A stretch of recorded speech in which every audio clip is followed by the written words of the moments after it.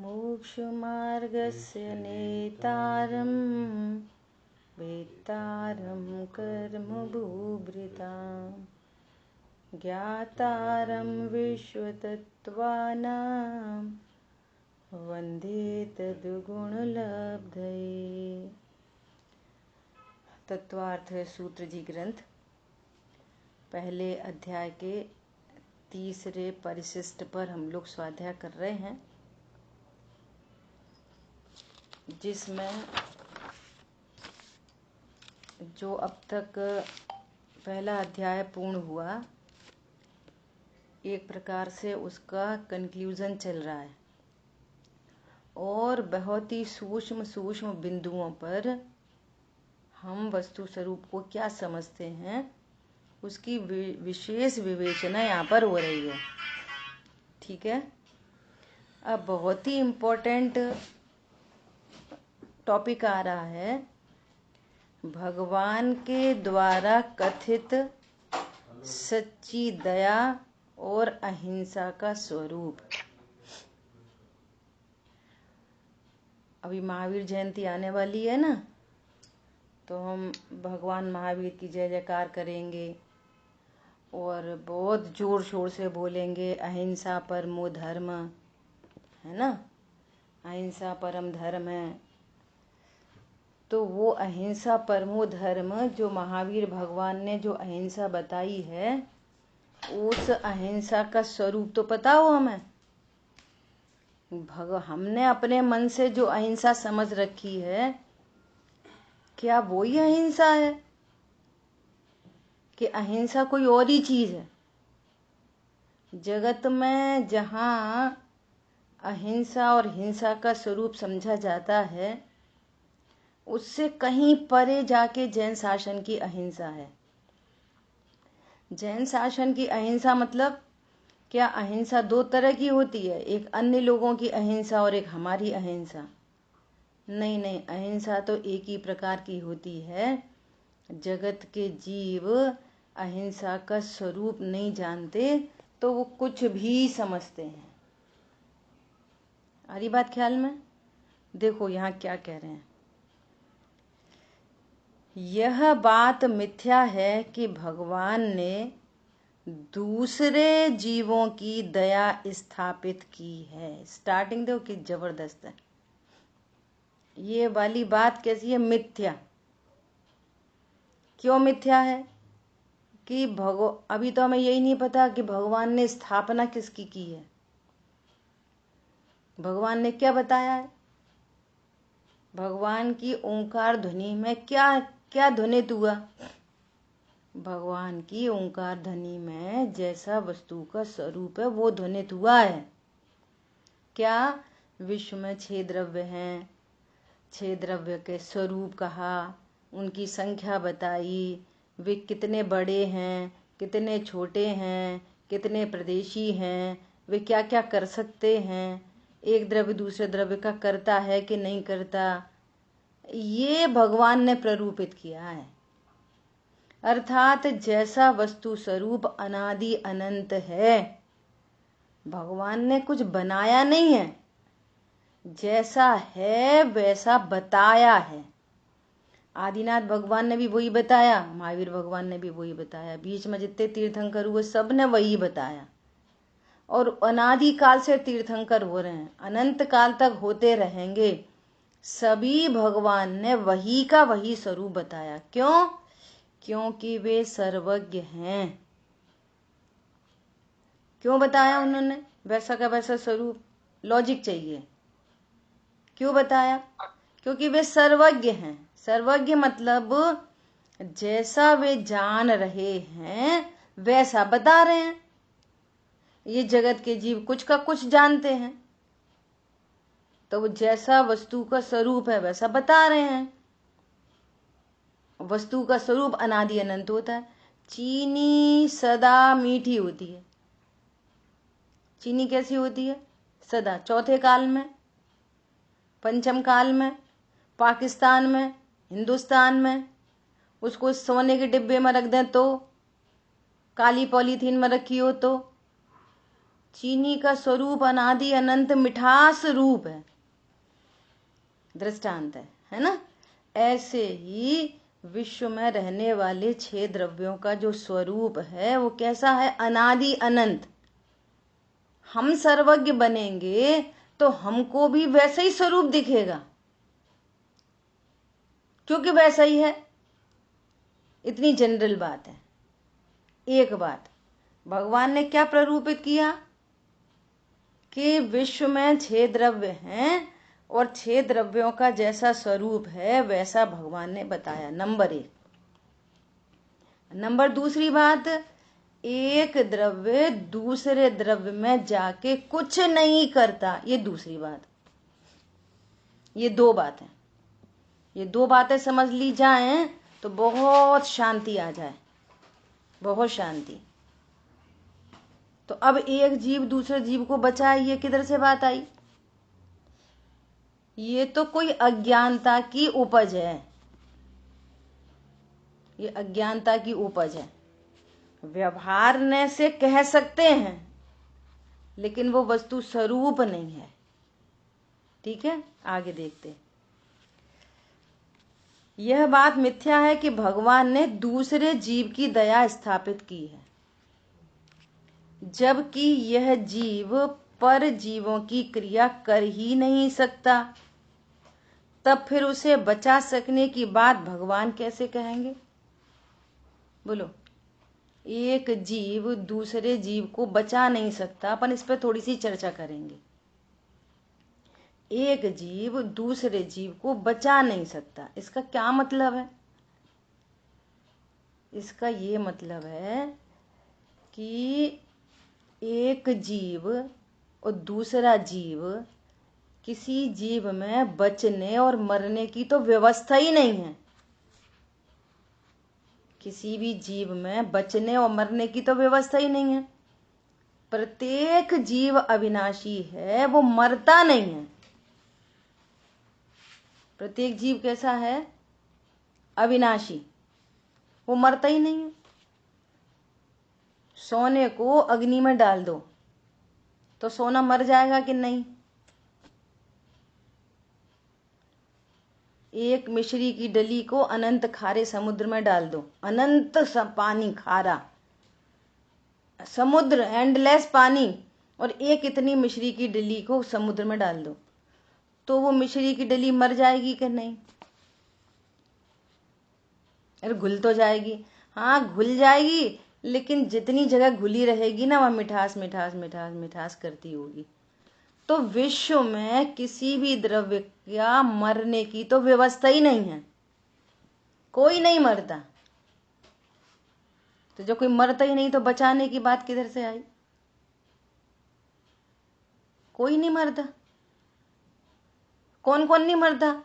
जीव नहीं मरता, पुद्गल नहीं मरता, धर्म नहीं मरता, अधर्म नहीं मरता, आकाश नहीं मरता, काल द्रव्य नहीं मरता, कोई द्रव्य नहीं मरता।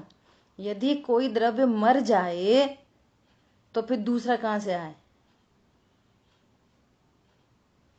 थोड़े दिन पहले बात हुई थी कि इतने सारे गेहूं सब खत्म हो गए। क्यों भैया? आप गेहूं खत्म हो गए, पूरे टंकी भरे गेहूं थे, सब खत्म हो गए कि नहीं? अगर वो खत्म हो जाएं, सर्वथा ही खत्म हो जाएं, तो दूसरे गेहूं कहां से आए? व्यवस्था नहीं है। इस पूरे भरे विश्व में जितनी संख्या जीव की है वो अनादि अनंत उतनी ही संख्या रहती है। कोई जीव मरता नहीं है और नया जीव कोई बना सकता नहीं है। ऐसे ही जितने पुद्गल परमाणु हैं इस पूरे विश्व में, अनंत अनंत अनंत अनंत अनंत पुद्गल परमाणु, वे एक भी पुद्गल परमाणु खत्म नहीं होता। कोई पुद्गल परमाणु खत्म नहीं होता। डेड बॉडी को जला दो, देखो खत्म हो गई कि नहीं हो गई डेड बॉडी? नहीं नहीं, कुछ परमाणु उसमें से वाटर वेपर बन के उड़ गए, कुछ परमाणु ऐश बन के रह गए, है ना। तो जितने परमाणुओं से वो बॉडी बनी थी उनमें से एक सिंगल वन परमाणु का नाश नहीं हुआ। बस अवस्था बदल जाती है। क्या बदल जाती है? पर्याय बदल जाती है। जैसे सोने की अंगूठी थी, तो अब वो सोचा ये पुरानी हो गई, चलो कुंडल बनवा लो, तो उस अंगूठी के कुंडल बनवा लिए, तो सोने का नाश हो गया कि नहीं? हम कितने बल से बोलते हैं, भैया हमने तुमको आधा तोले सोना दिया था, अंगूठी आधा तोले की थी, कुंडल हमारे कितने भारी हैं, तो कहते, तो उसने बोला कि अंगूठी का नाश हुआ ना, तो तुम्हारा सोने का नाश हो गया, अब तो तुम हमें आधे तोले के अलग से पैसे दो कुंडल के। तो अपन कितने बल से बोलते हैं कि काय को दें, अंगूठी थी उतने की, तो ये वो अंगूठी का व्यय हुआ, कुंडल का उत्पाद हुआ, सोना तो हमारा आधा ही तोले दिया था हमने तुमको। अब वो बहुत समझा रहा है, बहन जी तुम्हारी अंगूठी का नाश हुआ तो सोने का भी हो गया था, ये तो हमने तुम्हारे नए कुंडल बनाए हैं नए सोने से, तो तुम तो पूरे आधे तोले के पैसे दो और बनवाई अलग। तो हम बिल्कुल नहीं मानते उसकी बात। क्यों नहीं मानते? कि हमको ये श्रद्धान है कि द्रव्य का नाश नहीं होता, पर्याय बदलती है। तो अंगूठी से अंगूठी मर गई और कुंडल का उत्पाद हो गया, ये कहने में आता है, और सोना वही का वही बना रहा है।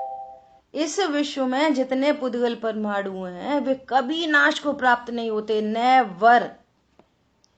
साइंस में कहते हैं ना, energy neither be created nor be destroyed.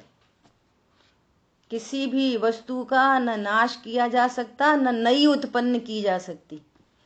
पर्याय का नाश होता है, पर्याय का उत्पाद होता है। पुरानी पर्याय का व्यय हो जाता है, नई पर्याय का उत्पाद हो जाता है, द्रव्य द्रव्य बना रहता है।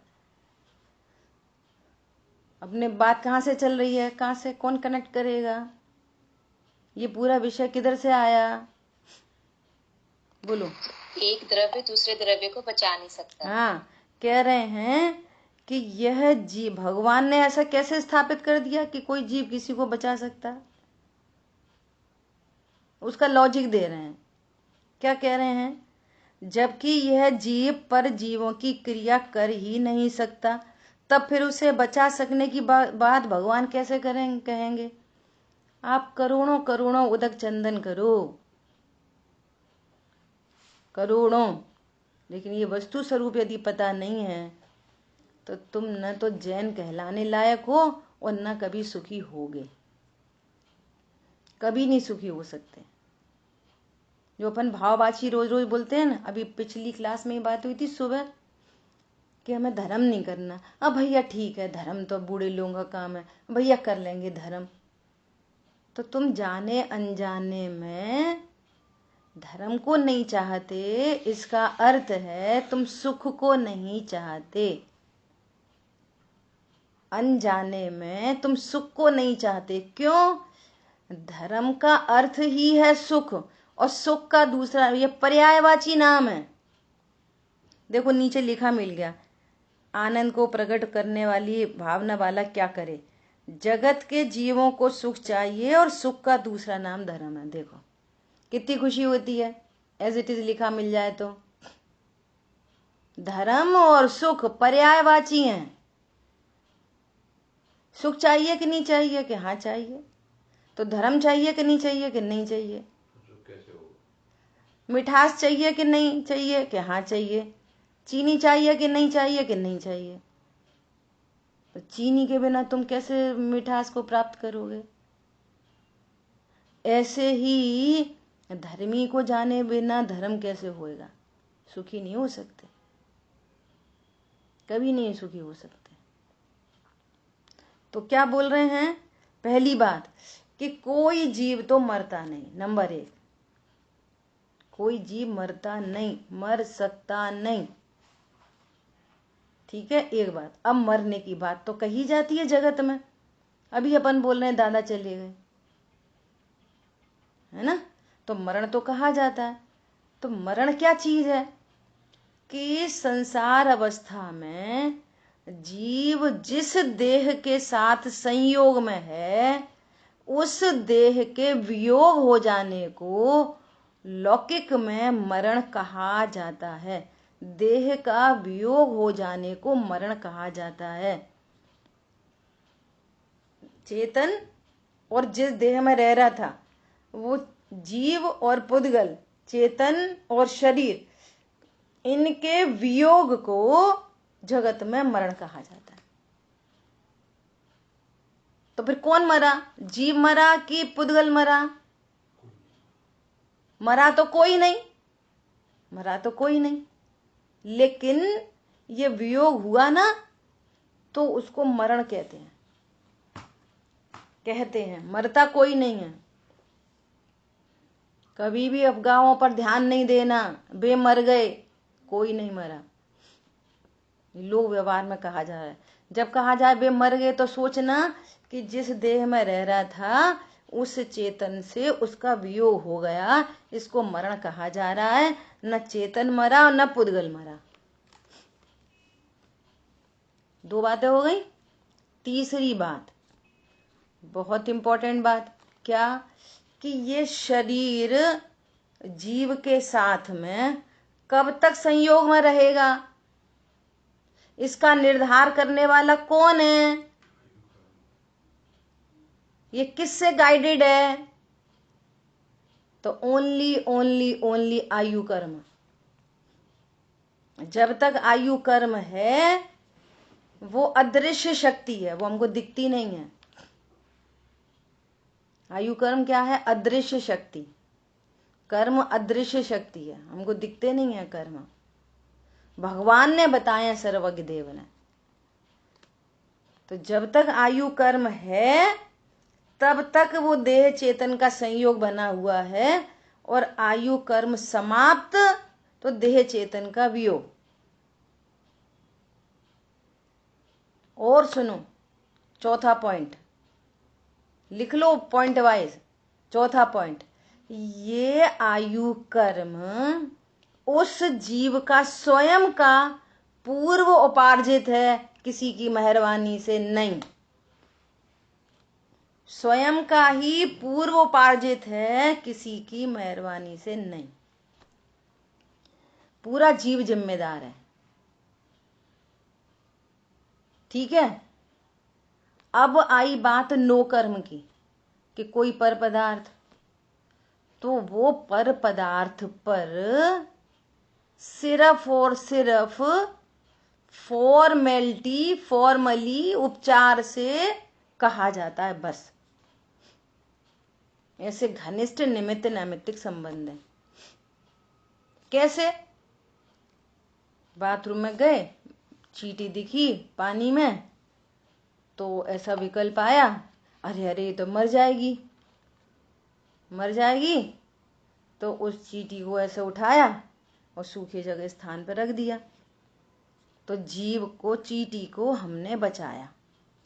अब दो जीव खड़े हो गए, मैं जीव और एक चींटी। पूरी एनालिसिस चल रही है, ध्यान से समझना, है ना। तो क्या कहेंगे, इस जीव ने चींटी को बचाया। ठीक है। अब चींटी को कैसे बचाया? चींटी क्या चीज है? चींटी में दो चीज है, जीव और शरीर। वो काला काला शरीर और वहां पर भगवान आत्मा जीव। अब इसका आयु कर्म है, इसका आयु कर्म है अभी। तो ऐसी प्राकृतिक व्यवस्था है, नेचुरल, कि इसका आयु कर्म है। ये पानी में डूब रही थी, तो इसका कोई ना कोई बाहर से उसी समय ऐसा निमित्त उपस्थित होएगा। आपको किसी भी कारण से, अरे बाथरूम की लाइट जल रही है, बंद करें, अरे वॉशरूम जाना है, किसी भी निमित्त से उसका वहां पे संयोग बनेगा, वो आसमान से उतर के आएगा, और ऐसी ऐसी क्रिया के द्वारा, चूंकि आयु कर्म है उसका, तो ये बाहर में कोई ऐसा निमित्त बन जाएगा। तो ऐसा कहने में आएगा कि मैंने चींटी बचाई। वो भगवान ऐसा उपदेश नहीं दे रहे। भगवान तो ये कह रहे हैं कि जीव मरता नहीं, और चींटी अपने आयु कर्म से जीती है। ये चींटी का कार्यक्रम। तुमने नहीं बचाया, और उसका आयु कर्म है तो आसमान से उतर के निमित्त उपस्थित हो जाएगा। बिल्कुल सांस थोड़ी थोड़ी चल रही थी, एकदम सांस थोड़ी चल, दौड़ के गए डॉक्टर के पास, और डॉक्टर तो था ही नहीं। और फिर फोन किया, और वो बाई चांस, वो तो आता ही नहीं है शाम को, बाई चांस उसका मोबाइल रह गया था हॉस्पिटल में, तो वो तो अपना मोबाइल उठाने आया था और फटाफट उसको दिखाया और उनने बचा लिया। अब ये पूरी एनालिसिस पता नहीं है, तो हम क्या कहेंगे, ओ हो वो तो भगवान बन के आ गया। तो डॉक्टर ने बचाया कि नहीं बचाया? तो पहली बात तो जीव मरता ही नहीं, तो बचाया कैसे? मूल तो बात भूलना नहीं, जीव मरता ही नहीं तो बचाया कैसे? और नंबर 2, यदि उसका आयु कर्म नहीं होता तो बचाते कैसे? तो भगवान ये कह रहे हैं कि तूने किसी को मारा, तूने किसी को बचाया, तो तूने उसका आयु कर्म हर लिया या अपने में से कुछ आयु कर्म उसको इंजेक्ट कर दिया? क्या करा? ये कुछ नहीं, आयु कर्म तो हमको दिखता ही नहीं। देखो महावीर की अहिंसा कैसी है। किसको महावीर की अहिंसा कहते? आ रही बात समझ में? तो अब एक द्रव्य दूसरे द्रव्य में जाके क्या करेगा? अब ये कंसेप्ट तो समझता नहीं है, तो सीधा सीधा क्या बोलता है कि तो हम बचाएं कि नहीं बचाएं।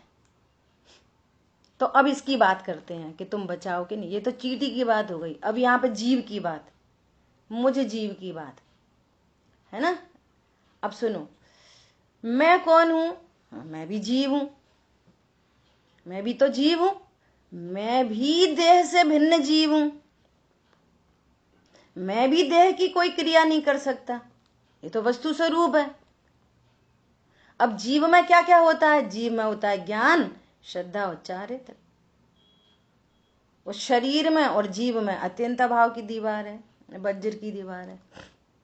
तो जीव में, जीव के ज्ञान में वो चींटी गे बनी, जीव के ज्ञान में वो चींटी गे बनी, गे बनी। तो क्या हुआ? वो उसको ऐसा भाव आया। क्या भाव आया? अरे ये तो पानी में डूब जाएगी, ऐसा भाव आया। तो जीव की परिणति में एक भाव उत्पन्न हुआ, बस। और उसका निमित्त नैमित्तिक संबंध हुआ शरीर से, तो फिर वो उंगली से उसे उठाने आदि आदि की घटना घटित हो गई। तो हमारे भगवान ये कह रहे हैं कि यदि तू अपने को ज्ञाता दृष्टा नहीं जानता कि मैं मात्र ज्ञाता दृष्टा हूं, और किसी को बचाने का भाव उत्पन्न हो रहा है, तो तेरे को वापस पूरे के पूरे 8 कर्म बंध रहे हैं। क्या बंध रहे हैं? एक तो तुम अपने को जीव नहीं जान रहे, दूसरा अपने को शरीर जान रहे हो, तो एक तो तुमको सीधे सीधे दर्शन मोहिनी कर्म का बंध हो रहा है। कैसा बंद हो रहा है? दर्शन मोहिनी कर्म का बंद। सुनना ध्यान से। वो दर्शन मोहिनी कर्म के बंद में, उसके फल में ये जीव निगोद, नरक, इन गतियों में जाता है। दर्शन मोहिनी कर्म के फल में ये जीव कहाँ कहाँ जाता है? नरक और निगोद। तुम बचाओ कि मत बचाओ, अपने को जीव नहीं जानते तो प्रति समय दर्शन मोहिनी कर्म का बंद हो रहा है। उठते बैठते सोते खाते पीते, पूजा करते पढ़ते पढ़ाते, दूसरों को पढ़ाते, दूसरों को पढ़ाने के काल में भी, भगवान के सामने प्रतिमा के सामने खड़े होने के काल में भी, जो अपने को जीव नहीं जानता और अपने को शरीर जानता है और मैं शरीर का करता हूं ऐसा जानता है, तो एक तो मिथ्यात्व का बंद हो रहा। दूसरा ये किसी को बचाने का जो भाव उत्पन्न हो रहा है ना, इससे इसको शुभ बंद होता, शुभ बंद होता, इससे बंद होता, इससे निर्जरा नहीं होती। इससे बंध होता है, इससे धर्म नहीं होता, इससे सुख शांति नहीं होती, क्योंकि इससे बंध होता है। और यदि चींटी डूब रही है पानी में और बचाने का भाव नहीं आए और परिणाम में कठोरता हो तो पाप बंद होता है। क्या बोला? डूब रही है, डूब जान दो, मरन दो, यही करते रहे क्या? दिन भर पानी ही छानते रहे। अब यही काम बचा, बस पानी छानो। अब को देखते नहीं देखते, वो उनकी बिलछानी वहीं करनी पड़ती है, वो मरते तो है ही, यही तो है ही, वो तो है ही, वगैरह वगैरह। अब खा लेंगे, अब छोड़ देंगे, अब वो आलू छोड़ देंगे, अब रात्रि भोजन छोड़ देंगे, अभी तो अपन बच्चे हैं, अभी तो कच्चे हैं, वगैरह वगैरह। तो ये जो परजीवों के प्रति, परजीवों को तो मार नहीं रहे, बचा नहीं रहे, लेकिन परजीवों के प्रति जो कठोरता का भाव है उससे पाप बंद होता है। मिथ्यात्व प्लस पाप और मिथ्यात्व प्लस पुण्य। समझ में आ गई बात? और जो सीधे सीधे ऐसा जानता है कि मैं तो अकर्ता ज्ञायक हूं, और जब तक वो भगवान नहीं बन जाता तब तक बीच में चौथे गुण स्थान में, पांचवें गुण स्थान में मुनिराजों को ऐसे शुभ भाव उत्पन्न होते रहते हैं, लेकिन वो बार बार स्वभाव का आश्रय करते हैं तो वे कर्म छूटते रहते हैं, धीरे धीरे धीरे धीरे पूरे छूट जाते हैं, अरंत बन जाते हैं, सिद्ध बन जाते हैं। समझ में आ रही है बात? अब बोलो, अनंत भगवान को हमें तो हमारे बाथरूम की चींटी दिख रही, अनंत भगवान को तो सबके बाथरूम में चींटी मक्खी मत जो कुछ हो, अपन तो चींटी एग्जाम्पल लेके चल रहे। अनंत भगवान को तो सारी दुनिया के बाथरूम की चींटी दिख रही, नहीं दिख रही? तो वे किस किस को बचाने आते हैं? बोलो। तो चींटी को बचाना इंपॉर्टेंट है। चींटी को बचाने के भाव में दो बंद हो रहे हैं, एक तो मिथ्यात नरक का निगोद का बंद हो रहा है, और बचाने के भाव से अनंतानुबंधी जाति के बचाने के भाव से त्रियंच आदि गतियों का बंद हो रहा है, हाथी घोड़ा मक्खी मच्छर, चाहे बचाओ चाहे मारो। और जो अपने को ज्ञायक अनुभव करता है उसके ये दोनों बंद रुक जाते, न वो नरक जाएगा, न निगोद जाएगा, न त्रियंच गति में जाएगा। अब वो जो उसके फिर दया के भाव होते ही रहते हैं, तो अब वो उनसे बंद होगा उसको अभी भी, लेकिन ये दोनों बंद मिट जाएंगे। फिर उसको देव देव मनुष्य ऐसे बंद होते होते, इनका भी अभाव होते होते, सब कर्मों का अभाव होते हुए स्वभाव के आश्रय से अनंत सिद्ध दशा को प्राप्त होंगे। अब पूरे दुनिया की चींटियां झलक रही होंगी, लेकिन सकल गे ज्ञायक तदपि निजानंद रसली। What is important? दूसरे की दया इंपॉर्टेंट है कि अपनी दया इंपॉर्टेंट है? भगवान ने ये वाली अहिंसा बताई है। क्या कहा? शायद ये बातें हो सकता कभी सुनी नहीं हो, पहली बार सुन रहे हो, मे बी। कौन सी दया बताई है भगवान ने? अपने आप को कषायों से बचाना, अपने आप को कषाय से बचाना, ये भगवान ने दया कही है। अपने आप को कषायों से बचाना। कौन सी कषाय? हम कषाय के नाम पर भी अकेले क्रोध को कषाय समझते, अंदर अंदर में मायाचारी चलती उसको कषाय नहीं समझते, अंदर अंदर में लोभ चलता रहता उसको कषाय नहीं समझते, अंदर अंदर में झूठ बोलने का परिणाम चलता रहता, चतुराई का परिणाम चलता रहता, वो क्रोध व्यक्त होता है ना, उसको अकेले कषाय समझते। हम तो भैया कोई सा कुछ बात नहीं करते, हम तो बस हैप्पी लिविंग। कौन सी हैप्पी लिविंग है? तो आप हैप्पी लिविंग के लिए कौन सा हैप्पी पदार्थ है जिसके साथ हैप्पी लिविंग चल रही है? 24 घंटे आकुलता, 24 घंटे पर में एनक्रोचमेंट, और हम समझ रहे हैं हमारी कषाय का अभाव हो गया।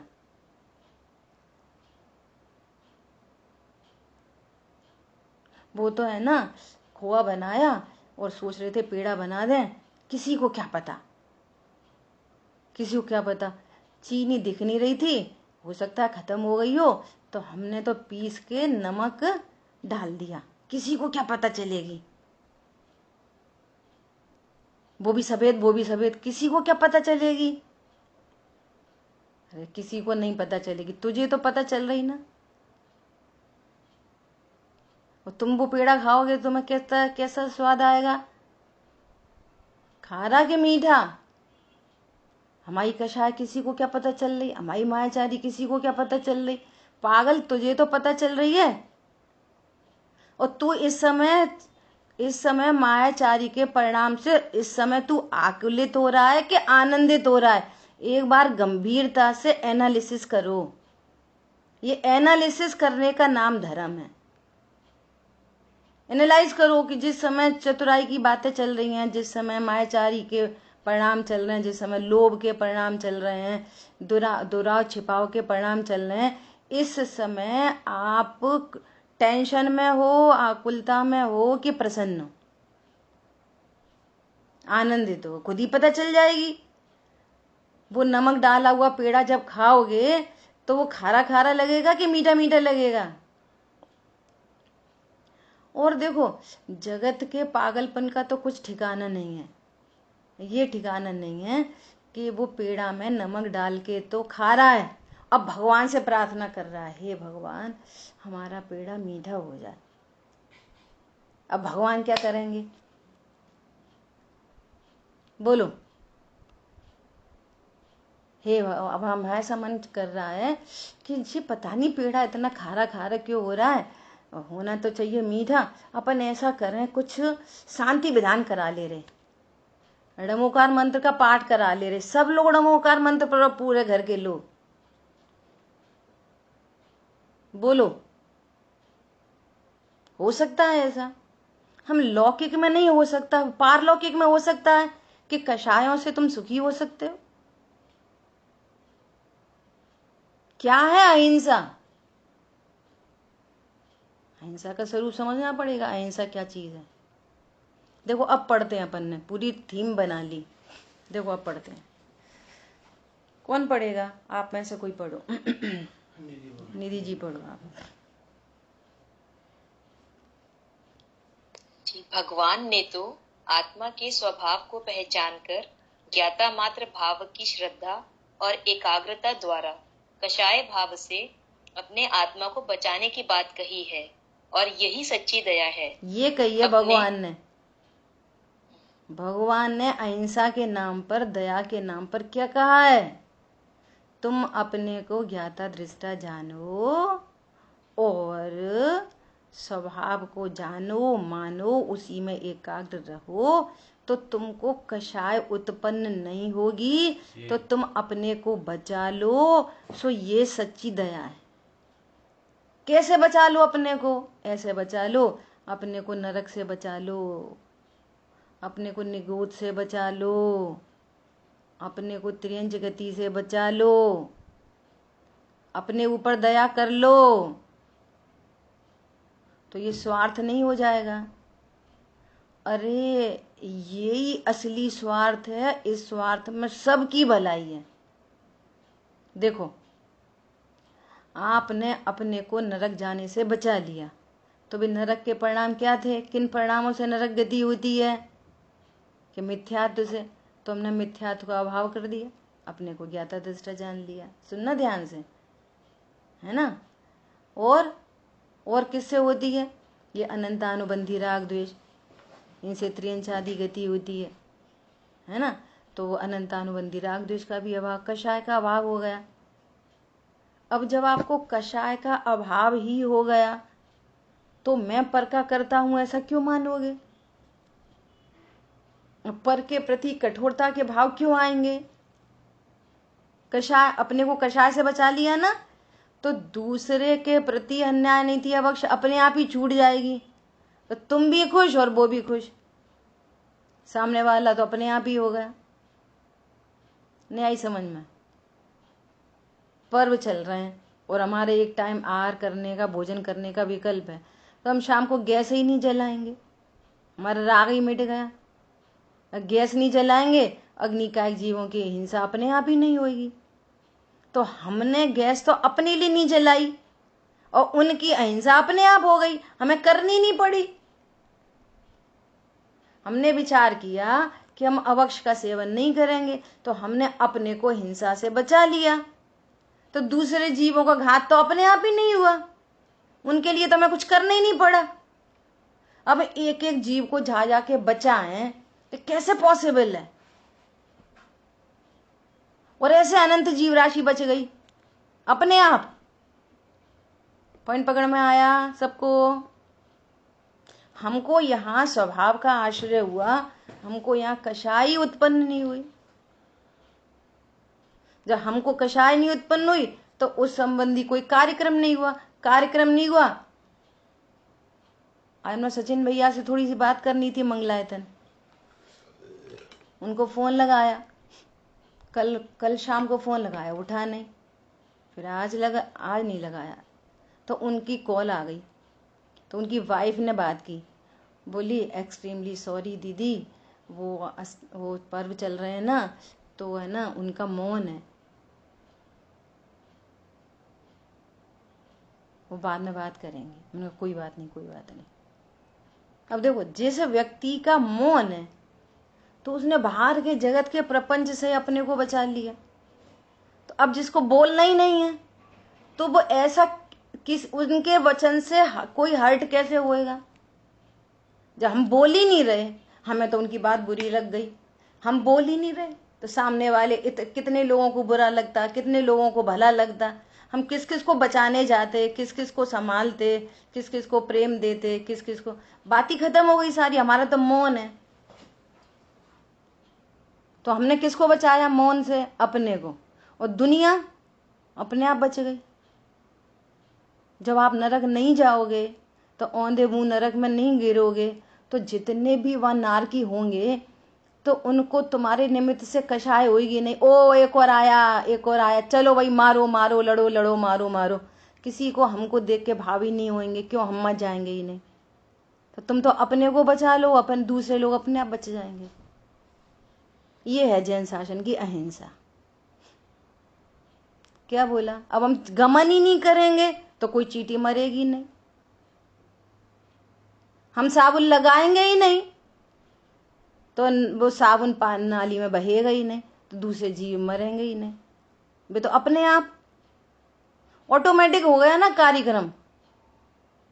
ये है जैन शासन की अहिंसा। अपने को बचा लो, जगत तो अपने आप बच गया। उनने हमसे इतनी बुरी बुरी कह दी, हमें तो बहुत बुरी लगी। तो तुम्हें बुरी लगी ना, ये तुमने अपना घात किया, हिंसा हो गई हिंसा। हमने तो कोई को नहीं मारा। पागल, तू किसी को क्या मारेगा? तूने अपना ही घात कर लिया ना। तेरे परिणामों में कषाय उत्पन्न हुई, हिंसा हो गई। हमें तो बहुत बुरा लगा। अच्छा, हमने अपने को ज्ञाता दृष्टा अनुभव किया और किसी ने हमसे कुछ कहा और हमको बुरा ही नहीं लगा। क्यों? मैं तो देह नहीं, मैं तो भगवान आत्मा हूं, इसने मुझसे तो कुछ कहा ही नहीं, तो मेरे को कषाय नहीं उत्पन्न हुई। कषाय नहीं उत्पन्न हुई तो मुझे बुरा ही नहीं लगा, तो मेरे को शांति हुई, आनंद हुआ, अहिंसा हो गई। अपनी परिणति में आनंद होना अहिंसा है। बहुत लोगों को ऐसा भी आनंद होता है, किसी को पीट के आनंद होता है। उस आनंद की बात नहीं चल रही, वो तो रौद्र ध्यान है। हिंसानंदी रौद्र ध्यान, चौर्यानंदी रौद्र ध्यान, मृषानंदी रौद्र ध्यान, ये नहीं, स्वभाव के आश्रय से आनंद है, इसका नाम अहिंसा है। अब जब हमको बुरा ही नहीं लगा, स्वभाव के आश्रय से हमको बुरा ही नहीं लगा, तो हमें पलट के उसको कहने का भाव ही नहीं हुआ। बुरा लगेगा तो अब हम भी नहीं छोड़ेंगे बेटा, तुम्हें मौका लगेगा तब बताएंगे। तो तू अपनी अहिंसा कर रहा है और फिर वो व्यक्त हो जाएगी, फिर तुम किसी से कुछ कहोगे तो फिर उसको हर्ट होएगा। तो अपनी हिंसा हो तब दूसरे की हिंसा का प्रसंग आता है। अपनी हिंसा नहीं हो रही तो दूसरे की हिंसा नहीं होती। सबसे पहले तुम्हारी हिंसा होती है, तब दूसरे की हिंसा में आप निमित्त बनते हो। वो पकड़ते हैं ना अंगारा किसी को मारने के लिए, तो पहले तो तुम्हारा हाथ जलता है। वो जले कि नहीं जले उसकी कोई गारंटी नहीं। सही डायरेक्शन में फेंका जाएगा तो उसको छुए लगे तो वो जले। तुमने तो फेंका, वो लगा ही नहीं, वो तो साइड से निकल गया, तो उसके जलने मरने की कोई जिम्मेदारी नहीं है। लेकिन तूने अंगारा उठाया है तो तू जरूर जलेगा, दूसरा जले कि नहीं जले। ये है जिन शासन की अहिंसा। देखो क्या कह रहे हैं, कषाय भाव से अपने आत्मा को बचाने की बात कही है, और यही सच्ची दया है। तुम अपनी दया पालने तो सबकी पल जाएगी। हाँ देख लो, चौथे गुण स्थानवर्ती ने अपनी दया पाली, सबकी पल गई। पंचम गुण स्थानवर्ती हुआ पे एक देश व्रती हो गया, परिग्रह प्रमाण हो गया, सबकी दया पल गई। फिर मुनिराज हो गए तो सबकी दया पल गई, अरंत बन गए सबकी दया पल गई, सिद्ध बन गए। अब लोक में जो होता है होता रहता है, उनकी दया पल गई। सबसे बड़े अहिंसक कौन है? सिद्ध भगवान, फिर अरंत भगवान। बोलो कैसे हैं अरंत भगवान? समवक्षण मुंह होता है और गमन करते हैं। इंद्र कमल की रचना करता है, लेकिन वे कमल से अधर चलते हैं, स्पर्श नहीं करते कमल को। और कदाचित कोई जीव राशि आ जाए, कदाचित, और उसके ऊपर पूरी तरह से खड़े हो जाएं, तो उस जीव को इतनी सी भी, कितना सा भी कष्ट नहीं होता। वो परम औदारिक देह। अरे रिद्धिधारी मुनिराजों की ऐसी बात है, रिद्धिधारी मुनिराज हों और वो किसी चींटी के ऊपर खड़े हो जाएं तो चींटी को कष्ट नहीं होता। जो अपने ऊपर प्रचुर तरीके से दया पालता है, तो पर द्रव्यों की दया तो ऐसे ही पल जाती है, और एक द्रव्य दूसरे द्रव्य का कुछ नहीं कर सकता। ये जिन शासन की अहिंसा है। आज अपने पास इतना मैटर आ गया अहिंसा के ऊपर।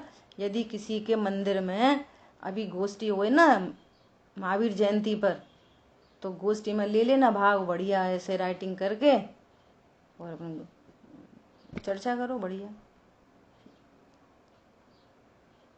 सब अब होमवर्क है सबको। क्या लिखो? महावीर भगवान की अहिंसा लिखो, करो ऐसे राइटिंग। आपको आपका ज्ञान शार्प होएगा इससे, लिखने पढ़ने से। देखो अभी क्या कह रहे हैं, पढ़ो आगे। अपने आत्मा का निर्णय किए बिना जीव क्या कर सकता है? भगवान ने श्रुत ज्ञान में तो यह कहा है कि तू स्वतः परिपूर्ण वस्तु है, प्रत्येक तत्व स्वतः स्वतंत्र है, किसी तत्व को दूसरे तत्व का आश्रय नहीं है। इस प्रकार वस्तु स्वरूप को पृथक स्वतंत्र जानना सो अहिंसा है। देखो ये परिभाषा पढ़ी सुनी कभी? ये अहिंसा है। एक द्रव्य को दूसरे द्रव्य में नहीं मिलाना, एक तत्व को दूसरे तत्व में नहीं मिलाना, आश्रव तत्व को जीव तत्व में नहीं मिलाना, जीव तत्व को आश्रव का कर्ता नहीं कहना, जीव को शरीर का कर्ता नहीं जानना, शरीर को जीव का कर्ता नहीं जानना। इससे ये इसका प्रोडक्ट है अहिंसा। ऐसे अहिंसा उत्पन्न होती है। जीव को शरीर का कर्ता नहीं जानना। पूजा तो हम करते हैं, जड़ चेतन की सब परिणति प्रभु अपने अपने में होती है। क्या जानते से गाते तो हैं, जानते क्या है, मानते क्या है? आपकी थॉट प्रोसेस क्या है? आपने अपनी थॉट प्रोसेस बदली कि नहीं बदली? ऐसे ही आशब चेतन की परिणति प्रभु अपने अपने में होती है। संवर आश्रव की परिणति प्रभु, संवर जीव की परिणति प्रभु, अरे जीव मोक्ष की परिणति प्रभु अपने अपने में होती है। साधक जीव को जितनी वीतरागता प्रकट हुई, वो वीतरागता तो अहिंसा है। और जितना राग उत्पन्न हो रहा है, चाहे शुभ हो चाहे अशुभ हो, वो हिंसा है। और दोनों एक साथ रह सकते हैं, कोई किसी को डिस्टर्ब नहीं करता। वीतरागता आश्रव को डिस्टर्ब नहीं करती और आश्रव वीतरागता को डिस्टर्ब नहीं करता। सारे तत्व स्वतंत्र स्वतंत्र हैं। बोलो, चारित्र गुण की एक पर्याय में एक कषाय चौकड़ी की वीतरागता, दो कषाय चौकड़ी की वीतरागता, तीन कषाय चौकड़ी की वीतरागता, और उसी पर्याय में तीन कषाय चौकड़ी के सद्भाव की कषाय, दो कषाय संबंधी कषाय, एक कषाय संबंधी कषाय, लेकिन भी दोनों न्यारे न्यारे रहते हैं एक ही पर्याय में, कोई किसी को डिस्टर्ब नहीं करता। क्या कह रहे हैं? सब तत्व स्वतंत्र हैं। और वस्तु को पराधीन मानना कि एक दूसरे का कुछ कर सकता है। हम बच्चों का भला कर सकते हैं, बच्चे हमारा भला कर सकते हैं। हमने उनके ऊपर दया की, उनने हमारे ऊपर दया की। इसकी और डिटेल में कल चर्चा करेंगे। ऊपर बात आई है, दूसरे के लिए कुछ भी अपने में होता ही नहीं। जो कुछ हो रहा है अपने में, क्रोध मान माया लोभ पूजा पाठ दया दान व्रत नियम, सब कुछ अपने लिए होता है, दूसरे के लिए, एक द्रव्य के अंदर दूसरे के लिए कुछ नहीं होता। मुझे उनके ऊपर बहुत क्रोध आया, झूठी बात, तुझे तेरे ऊपर क्रोध आया, दूसरे के ऊपर कभी नहीं आता, कभी नहीं आता, कभी नहीं आता। उनकी वजह से क्रोध आया, उनकी वजह से भी नहीं आता, ना उनकी वजह से आता ना उनके लिए आता। करो इस पर खूब एक्सरसाइज। क्या? किसी को क्रोध किसी के कारण नहीं आता और किसी के लिए नहीं आता। तुझे क्रोध तेरे लिए आया है और तुझे ही बंद का कारण है। जिसके लिए आया है उसको बंद नहीं होता क्रोध तेरे क्रोध से, और जिसके कारण बोल रहा है उसको भी क्रोध का बंद नहीं होता। तेरी परिणति में क्रोध है, तुझे बंद होएगा। क्या बोला? किसी के कारण नहीं और किसी के लिए नहीं, दोनों साइड से लिख लेना। किसी के कारण नहीं और किसी के लिए नहीं। भगवान की वजह से हमें पूजा का भाव आया तो भगवान को पूजा का बंद होएगा। भगवान को ही तो होएगा पुण्य बंद, थोड़ा तुम्हें होगा थोड़ा भगवान को होएगा। तो भगवान की वजह से ही तो हमको पूजा का भाव आया है ना। तो थोड़ा बंद भगवान को, थोड़ा बंद तुमको। बोलो, हमें उनकी वजह से क्रोध आया तो थोड़ा क्रोध का बंद तुमको और थोड़ा उनको। बोलो, कोई जीव किसी के लिए कुछ नहीं करता।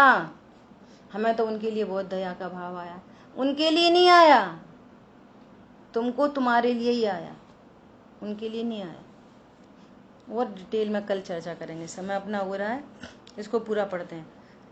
और वस्तु को पराधीन मानना कि एक दूसरे का कुछ कर सकता है, तथा राग से धर्म मानना सो हिंसा। हिंसा की बहुत सारी परिभाषाएं आ गई हैं।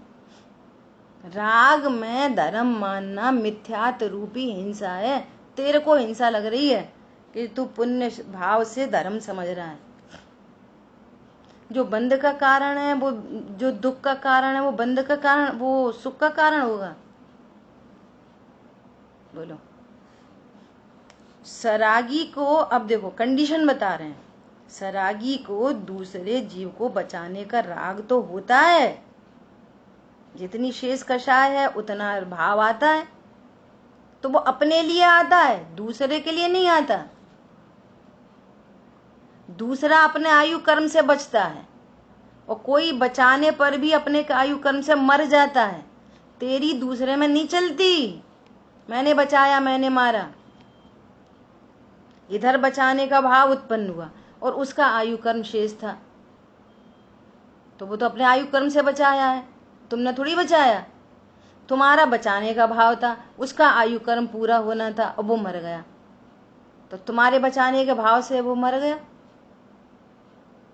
वो तो अपने आयु कर्म से मरा, अपने आयु कर्म से बचा।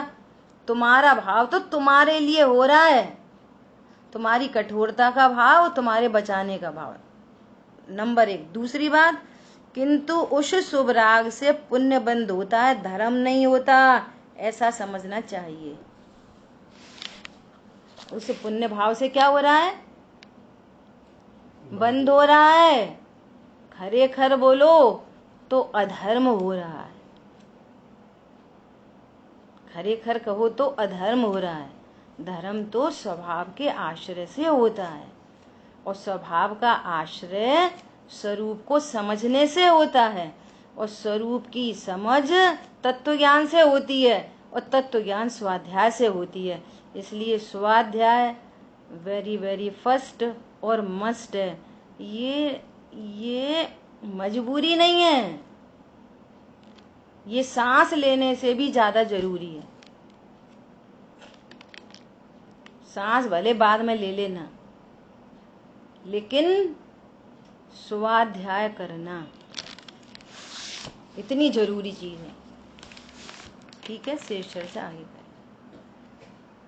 जिन वाणी के ज्ञान से सूझे लोकालोक, सो वाणी मस्तक नमो सदा देतु हूँ दो। बोलिए द्वाशांग मई जिनवाणी माता की जय हो। जय जिनेंद्र सभी को। आदि मैं कुछ सुनाऊं? हाँ जी, सुनाओ जी।